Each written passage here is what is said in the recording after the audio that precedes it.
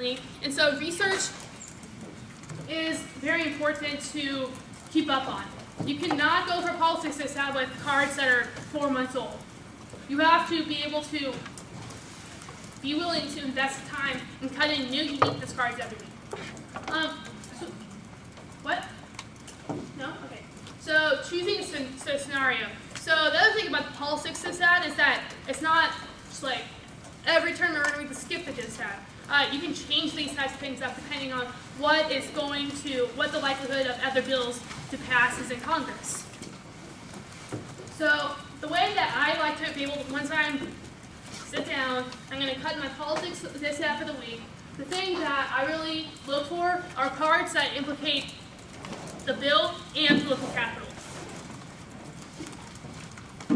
So it would not be wise to read a dissat for a bill that Obama's doesn't really care about, a bill that's not going to be that's not really going to be talked about soon, a bill that people are just like, whatever, a bill that Obama just like hates. Well, you can sometimes do that, but I'll talk about that later. Put it in your pocket. So you should look for scenarios that have, or a card. Once you find a card that's like, skip the will pass, Obama's political capital is key. Then you're like, boom, I found an awesome dissat. Until then, it's sort of hard to pick a scenario. And a lot of times you'll find these cards, this requires a lot of research. So the thing that I would say was find a card that has uniqueness and the internal link in the link. In terms of research tips, I use Google News. I love it because it has really awesome, I'm going to just show you real quick, Google News. Angry Birds. Alright, I think this is, a lot of people use Lexis, which is just as effective, but a lot of times Lexis doesn't have access to like small newspapers and publications, while Google News just like searches all of them, and so I like seeing that a lot more, especially it's more accessible for a lot of you. Maybe you don't have access to Lexis, depending on whether your school has a subscription or not.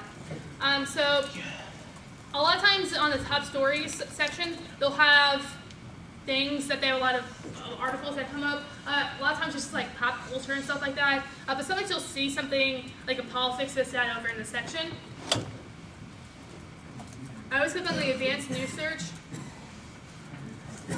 I've already explained like last week how to use these types of buttons, but there's also like really awesome functions of using certain news sources, where the article's written, what state, which country, everything like that. You can also, the most important thing I think is to click on the date function, because a lot of times you might be reading, if you don't filter by date, then you'll find like a really awesome card, but it's from 3 years ago, and you're like, oh man, that was a waste of time.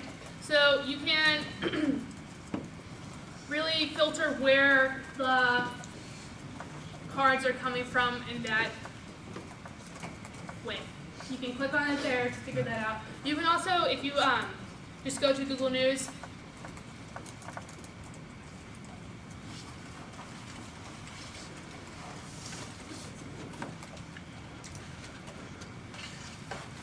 there's other buttons over here you can use. If I really want a card that's just like from the last hour, last day, last week, last month, just click on that.